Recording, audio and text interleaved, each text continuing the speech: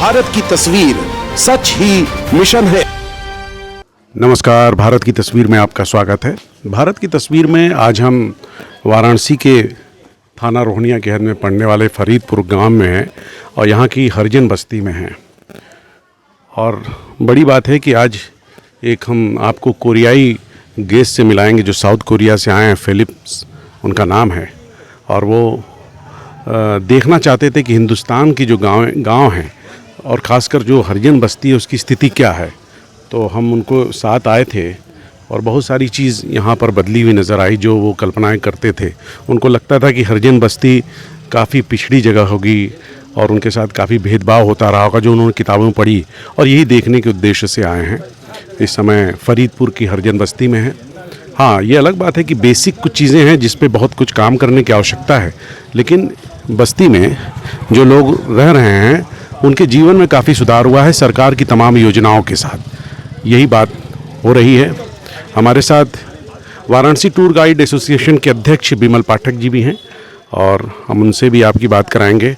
तो जैसा कि हम बता रहे हैं कि हम वाराणसी के नरेंद्र मोदी जी के संसदीय क्षेत्र में हैं और यहाँ का एक गांव है फरीदपुर जो थाना रोहनिया में पड़ता है, वहाँ की हरिजन बस्ती में है।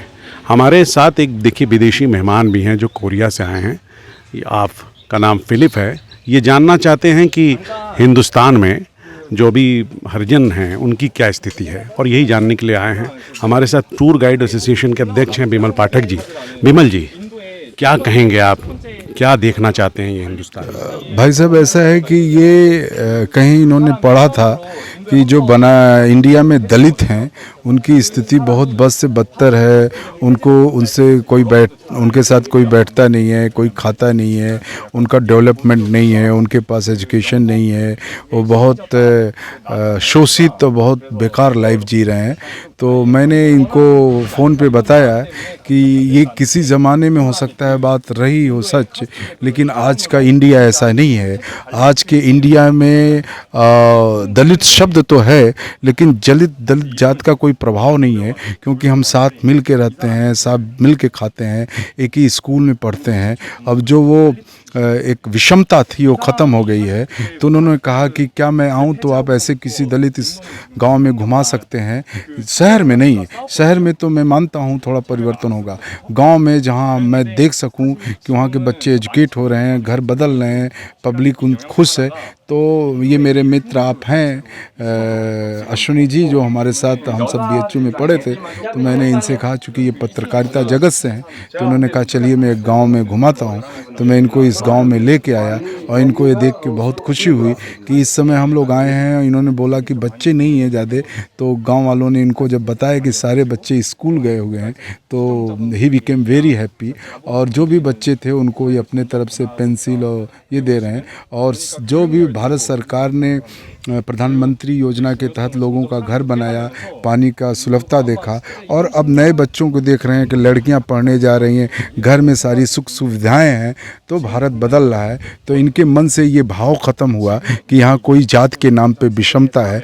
और ये सच है कि भारत से जो जाति प्रथा है उसका प्रभाव धीरे धीरे भारत के समाज से कम हो रहा है और ये भारत के लिए और विश्व के लिए मैं देख रहा हूँ बड़ी अच्छी बात है। ये लेकर आए हैं बहुत सारी चीज़ जो बच्चों को बांट रहे हैं। जी। एक भाव के साथ आए हैं, बनारस, काशी और अच्छा प्रधानमंत्री जी का संसदीय क्षेत्र, तो जाहिर सी बात है कि इंटरनेशनल मीडिया की भी नज़र रहती है, तो कहीं इन्होंने पढ़ा और आ गए और आज इस गाँव में घूम रहे हैं। आपने दिखाया किस तरीके से लोगों घर में गाड़ियाँ हैं, पक्के मकान हैं। प्रधानमंत्री जी ने आवास योजना के तहत उनको घर मिले हैं। जी, पानी की सुविधा है, पानी की प्रधानमंत्री सरकार द्वारा सुविधा दी गई है, सड़कें हैं, बच्चियां स्कूल जा रही हैं। किसी ज़माने में अच्छे अच्छे घरों की लड़कियां स्कूल नहीं जाती थी, आज सब लड़कियां पढ़ रही हैं, टीचर हैं, पुलिस हैं, पॉलिटिशियन हैं। ये सब मैंने इनको बताया और मैंने गिनाया भी। तो he is now happy. And इनके अंदर जो इस तरह के पहले से किसी डॉक्यूमेंट्री या किताब देख के भाव पैदा हुआ था कि नहीं इंडिया में ये सब विषमता है, ये विषमता ख़त्म हो रही है और सब एक सूत्र में भारत के लाल बन के जी रहे हैं, ये इनको समझ में आया। क्या बात है। तो ये फरीदपुर की बस्ती और यहाँ तमाम लोग हैं। हालांकि बच्चे इस समय स्कूल गए हुए हैं, व्यवस्थाएं बदल रही हैं। हालांकि जो गांव के लोगों का मैंने भी दौरा किया था, जो स्थानीय लेवल पे प्रधान हैं या लोग हैं, उनको और भी काम करने की आवश्यकता जी, है, जी, लेकिन जी। जो सरकार के लेवल पर है मुझे लगता है कि उस पर काफ़ी कुछ जो स्थानीय समस्याएं हैं उसका तो समाधान केवल स्थानीय लेवल पे होगा, लेकिन जो बड़े परिप्रेक्ष्य में है उसमें काफ़ी बड़ा परिवर्तन हो रहा है।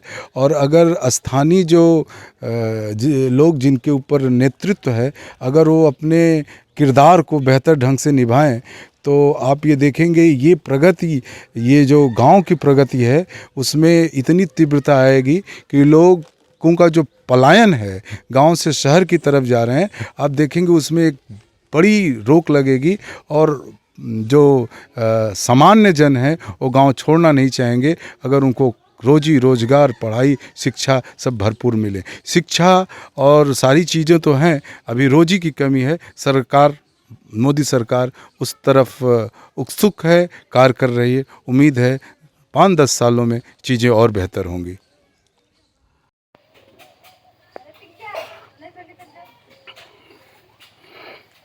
Thank you. भारत की तस्वीर सच ही मिशन है।